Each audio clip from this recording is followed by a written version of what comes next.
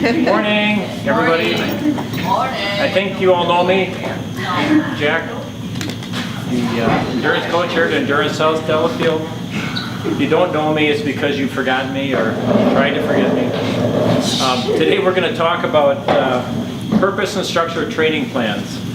And talk about how they're put together and why they look the way they look, and kind of accent the fact that training is always exercising, but exercising isn't always training. Mark Caballero is going to do our presentation today. Mark is triathlon coach here at Endurance South Delafield. Mark is the Associate Director of Human Performance Assessment Core at Marquette University. In Mark's role there is responsible for VO2 max and lactate analysis, submaximal anaerobic performance, body composition, and bone density scanning. It's great to have Mark with us. Mark joined us, I guess, late last year. He is not only academically very accomplished, obviously, but athletically. Mark qualified for his pro license in triathlon this past season and is going to be doing some professional triathlon races this summer. So we're excited to have somebody who's not only academically very sharp, but also athletically very engaged and participating in the sport like the rest of us. So, Mark? Thanks. All right, I'd like to say that having my pro card is going to bring in the big bucks. But, we do it for fun. So today the goal is to talk. Can everybody see this? Okay. The goal is to talk to you a little bit about training programs, why you might want to follow one. This is mainly geared towards the triathletes. So quick show of hand, who is planning on doing a triathlon this year? Okay. That's good. Awesome. So there's still going to be, for the runners in the room, you're still going to get a lot of things out of this, and hopefully you can take some of the topics and apply it to your own training. So the format may or may not fully match here, but I want to start out with saying, prior to writing down anything, before you actually start saying, what workout am I going to do today, how am I going to structure, how many hours, what kind of intensity, anything like that, you kind of want to build out your framework, right? The first thing that you want to do is think about, what is your goal? What are you trying to accomplish that year, that season? If you're maybe doing several years of planning, you could even do that. But at the very least, what is your goal? Then you need to think about what it will take to get there. What kind of resources you're going to need is the next step. And so establishing a support network. For you, it might be anything from getting a bike fit, scheduling massage or stretching, or having a group to train with, or getting a gym membership for the pool. Whatever it is, that's going to be your support network. All right. So once you have that, then you can actually start using it and use it to apply to all those items that you need to do, your training, your bike fit, all that kind of stuff. You're going to use those support items to get to those items, and from there you're going to start to tackle your goal and work towards there. All right.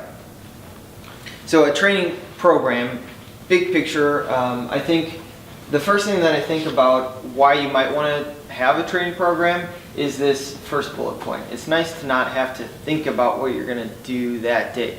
So just a quick show of hands, how many people have ever gone to the pool or kind of laced up and said, okay, what am I going to do today? I mean, yeah, we've all been there, and it's kind of a challenge because it's really hard in this semi-random structure to really get towards where you're going to go or want to go efficiently. And really that leads into a lot of overtraining or undertraining. So either you end up doing a lot of high quality work with not a lot of rest, or maybe you don't really end up strategically pushing yourself, and either side of the equation is going to prevent you from getting to where you'd like to go. Not only will having a training program prevent some of those things from happening, prevent some of those things from happening, you can also start to utilize some of your resources. So think about planning out a week. A lot of people are very busy. You might only have a small slot before work and after work or during lunch. You can start to plan out the things. mentally, you can start to plan out. If you have a hard workout, you can start to think about that and get yourself ready for it, as opposed to, okay, I'm going to do mile repeats now, and you haven't really thought about that. You don't know your pace, and all of a sudden it's maybe a little overwhelming because of the intensity. So if you know what you're doing, you can kind of gear yourself towards that. Further, you can prepare yourself for that intensity, for that workout, by maximizing your food, your on bike or on, run nutrition, the sleep that you're going to lead up to it. So if you know you have a really hard workout in the morning, it's one of the key sessions for that week. You might not stay out and have a second glass of wine or third glass of wine or whatever. You might say, I'm going to call it early and do this. Or maybe you will, and you'll just be aware of it. I don't know. All right, so I wanted to take just a quick second to have either pull out your phone. If you have pen and paper, you can write down. And if you don't have that, just think about it. All right. So I want to do a little reflection for you guys to try to take some of this and kind of frame it for yourself. Start thinking about the questions that you have and that kind of thing. So first question I have for you is, what was your main goal last year? We're not going to go around, so you can just think about what you know. If you didn't really have any goals last year, maybe instead of saying looking on the past, what is your goal for this year? And then if you did have a goal for last year, use this time. Let's have you think about your past, and then later on today, sit down and think about how you want to plan this for this year. Okay, so what was your main goal last year? What steps were needed? What did you establish as a fundamental necessity to get you there? How successful were you in getting there? Part of that is, how did you define success? What were your main challenges? What were obstacles to you getting to that point? On the other hand, we should probably say, what were things that reduced barriers? What made it easier for you to get to your goal? Did you follow some sort of consistent program? Did you train without a plan? Did you train totally with a plan? Were you somewhere in between? And last, how was recovery addressed? What did you do to maximize your recovery? All right. Okay, so hopefully that makes it a little more personal. You think about the things related to you. Taking some of that, this is where I actually start with all my personal coach athletes. I spend probably about 50% of my time thinking about these things or working with them. Oh wait, that's the next one. Yeah, okay. Well, let me go on that note. This is where I spend a lot of my time with athletes. A lot of the things that relate to a training program has to do with the individual. It's really hard to make a generic plan and have it work for everybody. I would say it's pretty much impossible. So hopefully the goal for you today is to take some of this, to take one of our training programs that Jack or I have written, and you can modify it a little bit for what your needs are. Some of these things are your past season hours per week. How much training did you do last year successfully without injury? Just because you have more time this year doesn't mean you should be doing that much more. For example, pretty much in the past, I've trained about 7 or 8 hours a week. Now I'm training a lot more, probably around 14, 15 hours. It's a big jump, but I've taken 5 months to get there. A lot of people in my shoes are training about 20, 25 hours. So even though I've made time for it, doesn't necessarily, you see a nice picture of my wife and me again. Just because you have the time doesn't mean you should do it. So that was that point. Your injury history. Maybe you know from past experience that you always get hurt when you do a certain type of workout or an intensity, or you know when you're doing, when your form breaks down, you can only last so long in a workout before you start getting some of those niggling injuries that just seem to stay around longer. Maybe you figured out how many And a part of that is recovery. How many rest days or easy sessions do you need in between the hard sessions before you can do another one? These are things that you can start thinking about, but if you don't write it down, if you don't have something to follow, there's no way to improve upon this. Your work-life balance, not a lot of people get to just train, and I'm not even there yet, but soon I will be. So for all of us, thinking about how do we mix everything in, how do you structure your workouts, when do you want to do it? If you have a big block of 3 hours, is it best to do all the workouts right in a row, or if possible, spread them out? Well, it depends on the time of year and what you're trying to accomplish. Other thing that are related to the athlete is nutrition, right? So what kind of nutrition history does the athlete have? Have they been able to successfully utilize in their past training? How much nutrition can they take on? Kind of the other piece to this is some of the metabolic data that you can get from the lab is how much fat oxidation, how much carbohydrate metabolism do they do across a variety of intensities. Where that athlete is for those zones will potentially influence how much nutrition they need. Excuse me, how much nutrition they need. And then right here, this right here, such an innocent word, goals.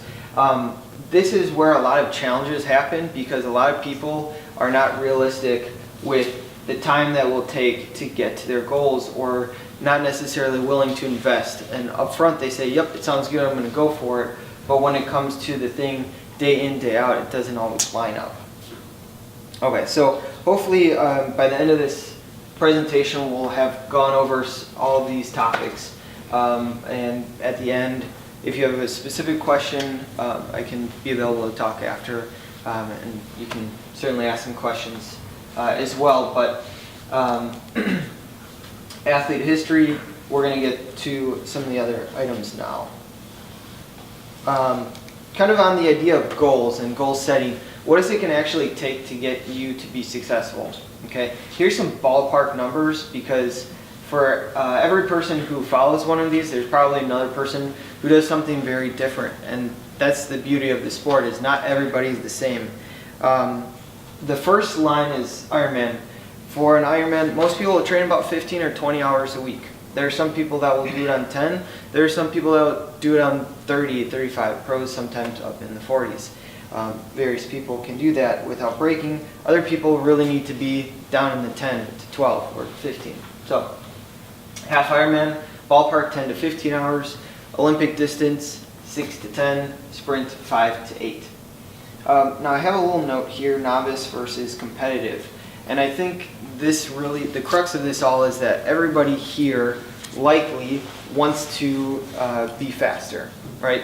If you're sitting here and you really don't care about the pace, you don't care about the speed you just want to go out and enjoy the social aspects, then you don't really necessarily need to follow a very structured training plan.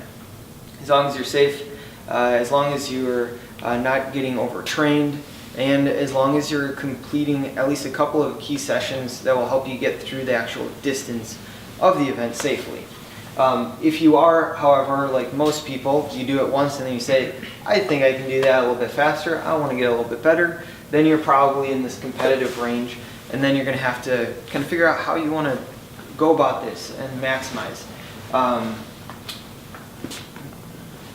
Now, for example, like 5 to 8 hours, I'm also doing sprint triathlon training, draft legal, and I'm doing about 15 hours. So you can always be over it, but these are kind of just minimum numbers that I think will get most people through the training. Okay. Training programs have to be designed around your goal, that goal being a race or an event. Before you know what you're going to do to get there, you have to know where you're going to go and what event you're going to do. So some people will have the luxury of going to travel for events, and this can be a positive, it can be negative. So let's just start with the local races. If your target is a local race, that can be good on a number of levels. It's low cost, it's easy to get support there from the store, your family, etc. You're used to everything in the area. You probably have trained on that course. It's easier to eat well in the days and weeks leading up to it. However, there are some limitations. You are pretty much limited to the summer months here. A lot of people will start to ramp up their training as it starts getting warmer out, and then by the time it's September, October, getting later, they're actually hitting peak fitness later on. And that tends to happen with people that don't really get into their training until it's warm out. So if you're one of those people, maybe a travel race is actually for you.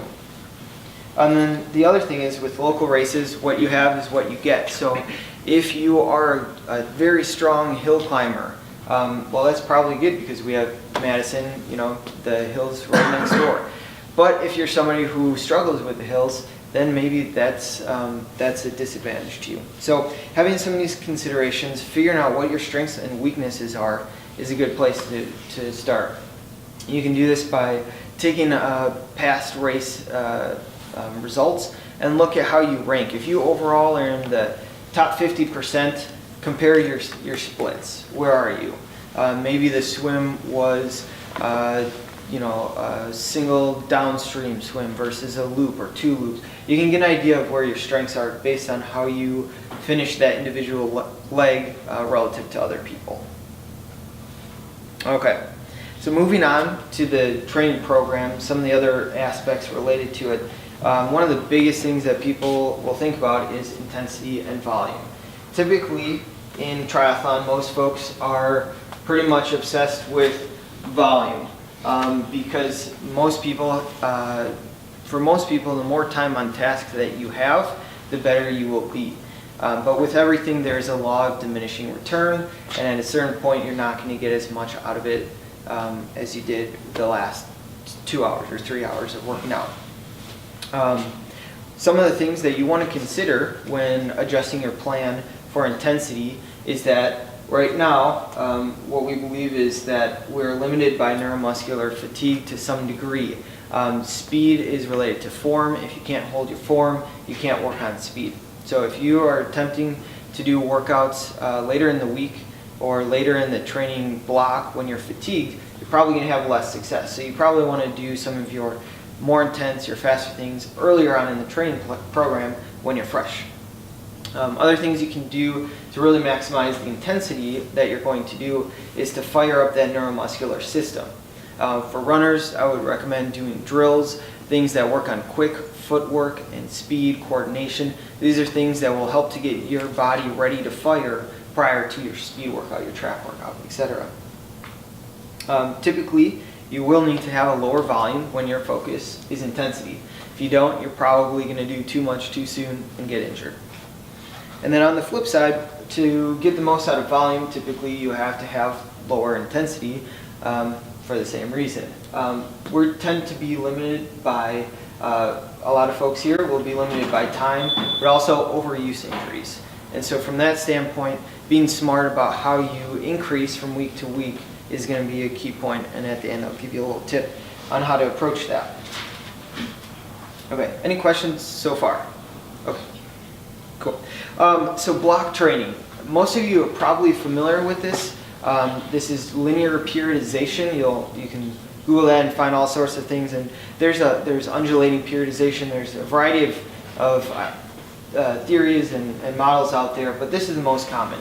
And it typically happens with 2 weeks of building that might be intensity or volume. It's essentially the workload. You're trying to have a combination of them to increase your fitness, followed by 1 week to decrease all of the fatigue that you have. Some people can do 3 weeks, some people can't even do 2 weeks, and that may be due to personal history, maybe to how your life is structured so that you can't recover as quickly. The older you are, the harder it is to recover, things like this. So figuring out what is your ideal training program. I haven't figured out how to prevent that from going on. So figuring out what is ideal for you is going to be important. So as you're doing some of these training programs, take note of how you feel after a week and a half, 2 weeks, 2.5 weeks, 3 weeks. Are you noticing a trend that you tend to lean towards? You can use that and modify your training plan if you need. Typically, a plan will, early in the year, when you've come out of maybe a month or 2 months of fairly low racing or training or structure training, you will start with just building up volume. So the triathletes in the room may have noticed, at least if you're in the Sprint Olympic plan, volume's fairly high, but there's a range for everybody in there. The goal is to build up the volume first from where you are, a reasonable start from where you last started and where you currently are, and from there to build that out first. This will allow the foundation of the machinery that you need to be able to do some of the harder workouts. If you don't lay down this foundation, you are going to struggle later on in the build phases. That is just a fact. It will happen. So if you are thinking about your plan, you want to have enough time to build up, again, the machinery in the body to process everything in order to be successful for later on. So that's why intensity tends to be very low early on and builds as you go towards the build phases. I'll give a little, for example, in some of the plans you'll see like run warm up or cool down at an easy pace. What does that really mean to you? And you go online, there's a lot of definitions, and I think there's a lot of confusion, but to give you an example, I run like right around 16-minute 5K. My warm-up pace is around 8 to 8.5 minutes per mile. When I looked at some of the training programs and some of the workouts that have been done so far, I don't see enough of a distinction between the warm-up and the hard pace. So one of the things that I think most people can do better about is making the easy stuff actually really easy and the hard stuff actually harder. So that's just a little tip that I can give to you guys right now. All right, so how do you want to organize your training program, or how do we do that? Essentially what we do is we find a race, we have a target race, and we work backwards from there. You typically can hold a race intensity peak for 1 to 2 weeks. If you have a huge base, you might be able to push that out to 3. Generally, you can't really go much further than that. Before that, you're going to peak. This includes dropping both your workload of intensity and volume to allow you to recover. This does not drop probably the biggest mistake is to drop the intensity too low, and a lot of people end up getting flat or feeling flat towards the race. So dropping it enough to recover, but not so much that you feel flat, is kind of the goal of the peak phase. The build, this is kind of the meat and potatoes of your training program. This is where a lot of the harder sessions, a lot of the key sessions happen. Depending on how long your program is, you might be you might do anywhere from 2 to, you might even do 3 blocks of this kind of training. It just kind of depends on where you are and how much time you have before your event. And then before that, the base training. Again, this is where things are just very easy. You're spending a lot of time at a very moderate to easy intensity, and this is where you lay the groundwork to be successful. People who are newer to the sport, if you have pretty much a choice, you want to spend more time in the base phase than the build phase, because your limiters are typically going to be in just your kind of general aerobic function as opposed to sport-specific function. And at the end of the season, so either before the race or right after the race, you usually have some sort of a transition phase where you're not really thinking about structured workouts. That can last anywhere from 1 to anywhere to weeks, anywhere to 2-3 months. It depends on the person, how intense they trained, and how ready they are to get back into it. I would suggest that people take enough time after a race so that they're excited to train again. If you and I've had this happen to me where I'm done with the peak and I've raced, I'm like, I don't want to take too much time off, I kind of want to get back into it. What ends up happening is about halfway through your season, you get just mental burnout and you're just not as excited. So wait till you're excited again before you really kick back into the base phase. And this is totally adjustable based on the person and their experience. Okay, here's an example of somebody who might have one event in the year, say in September. This is a good example of Ironman Wisconsin training program. We can, I know that it's kind of hard to see here, but you can see on the top we have volume, in the middle intensity. This third line is what phase we're in, and then the month that kind of correlates with it. So you can see as the time goes on, we are building our volume up to about a peak, and then it slowly starts to drop down. And that will correlate well with an increase in race-specific intensity, where you hold that until you hit the peak, which is right here, and both the volume and the intensity drop just a little bit. That allows the fatigue to shed. And then when you hit the transition phase, volume, intensity, it's very low, it's very unstructured. Here's an example of somebody, I would call this the I like to race a lot person. You can see there's a race in every column pretty much. What ends up happening here ideally is that you pick one or two main races, and this is where you build up to it. For example, it might be your Ironman is your first A race, or your second A race, and the first one is a half Ironman. You might have other races in there, but I would strongly recommend, if you're one of these type of people, that you really only keep about 2 races that are this key. Things like B and C races are your weekend sprints, Olympics. You might even have a half Ironman. This one's a C race because only about 2 months after the first A race, they're still building up. And so if they were to basically taper again, they would not be ready for their Ironman race to be in peak shape. So this is more of a dress rehearsal than anything. And so this is the kind of thing that you want to think about when you're going to decide what races to do, how to put them into your training program. You can't do too many races as your main race, because then you won't really have feel that strong for any given one. So that's kind of this is kind of the big macro scale. Here's a little bit more of a smaller cycle. This is going to be a base phase, and the second one is somebody who has more of a run injury history. And this is just to show you when you're designing a training program, this should be edited for your specific needs. And so with the plans that I write, I always try to give a range, whether it's do 6 to 10 repeats, or warm up 10 to 20 minutes, or anything like that. I'm trying to give people flexibility so that they're not pushing their boundaries. If they do have a run injury history, they can adjust that. This plan has the same amount of intensity and volume. It has the same total hours and the same distribution for the most part, except for the run, where we've distributed it more towards the bike and the swim. That's just a general example. Again, it's really hard to make this specific to each one of you. So take some of these ideas and figure out where you need to adjust it in your plan if you're going to.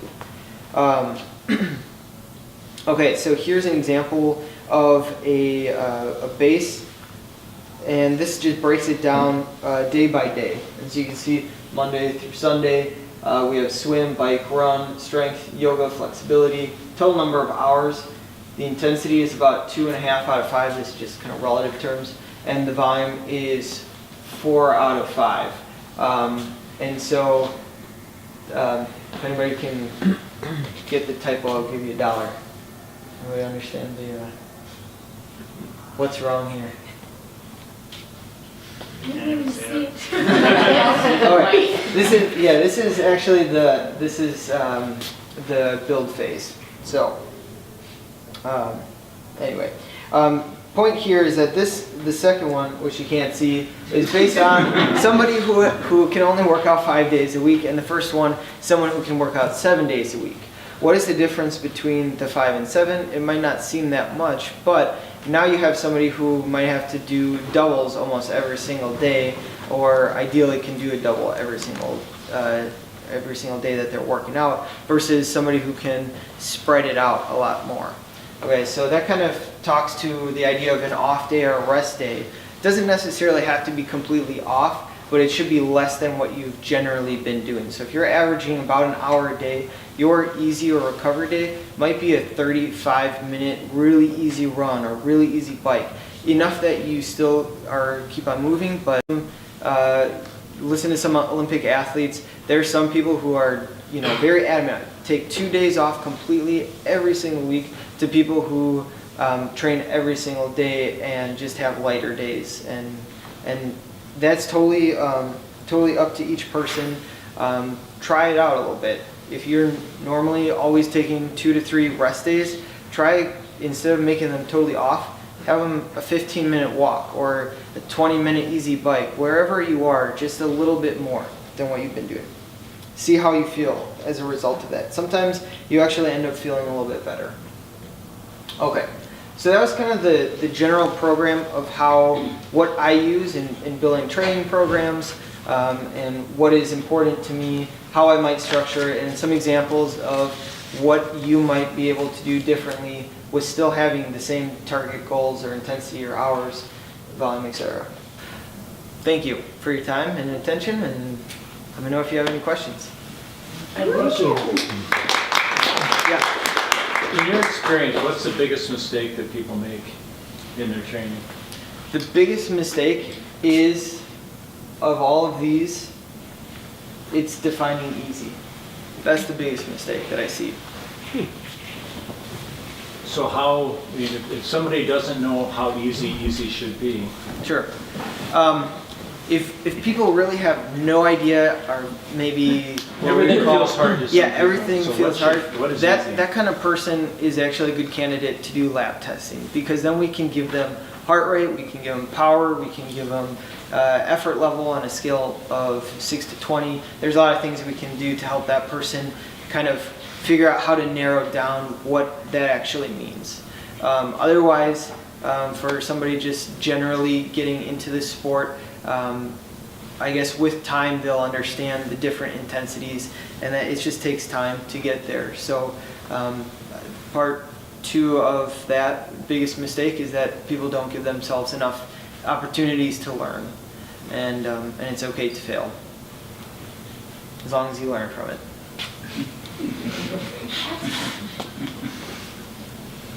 So. Mark, how do you address missed workouts? Missed workouts are missed workouts. It just happens. Don't try to make them. Don't try to make them up.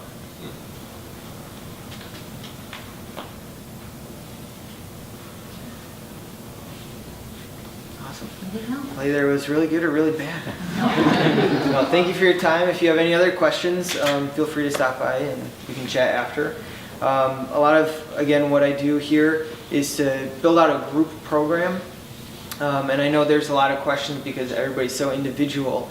If you do have thoughts of, I want my triathlon program a little bit tailored, Jason and I have developed a little add-on package so I can modify your workouts for where you're at. That's going to be $75 an hour, so we'll use the existing, $75 a month, excuse me.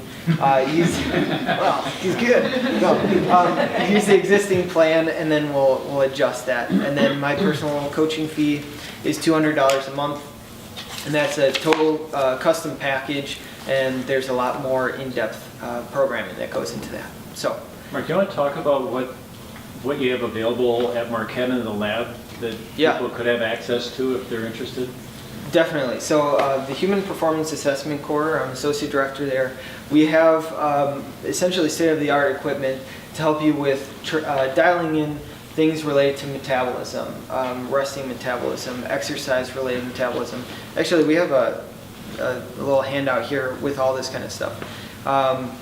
We can do body composition, we can do VO2 maxes, so we can figure out if you're truly progressing based on the plan that you're following. We have strength testing equipment. We have so many resources available. It just kind of depends on what the person is.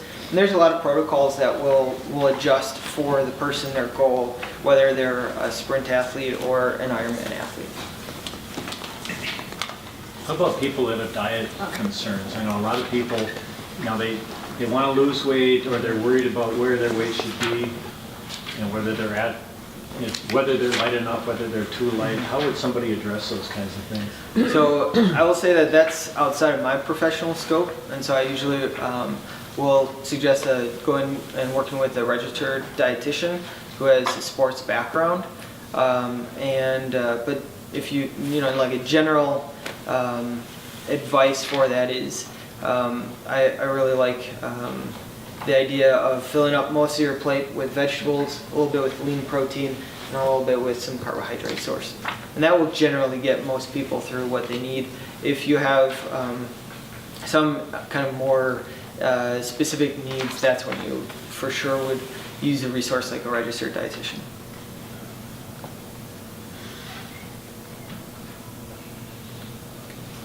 We're really excited about the, about the add-on to the Tri-Team program. That's something new this year, to be able to get your team program tailored.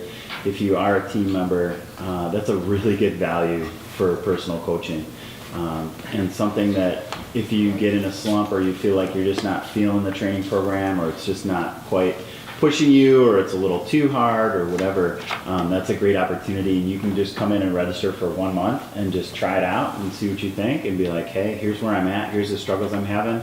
I don't know how you do it with a phone call or email or Yep, we'll kind of figure that part connect. out. And I mean, it's just a nice way, and you can try it out for a month. If you like it, keep it running. If you don't, then just No stick problem. with the team plan. But at least it's a way to get you off on the right foot or recorrect. Sometimes I see people come in here and spend money on gear because it's motivational and gets them back into it. Sometimes that can also work with training and coaching as well. So. Well, thanks, Mark. Well, Hope thanks, everybody guys. got something out of it, and we'll be around for a little bit if anybody has questions.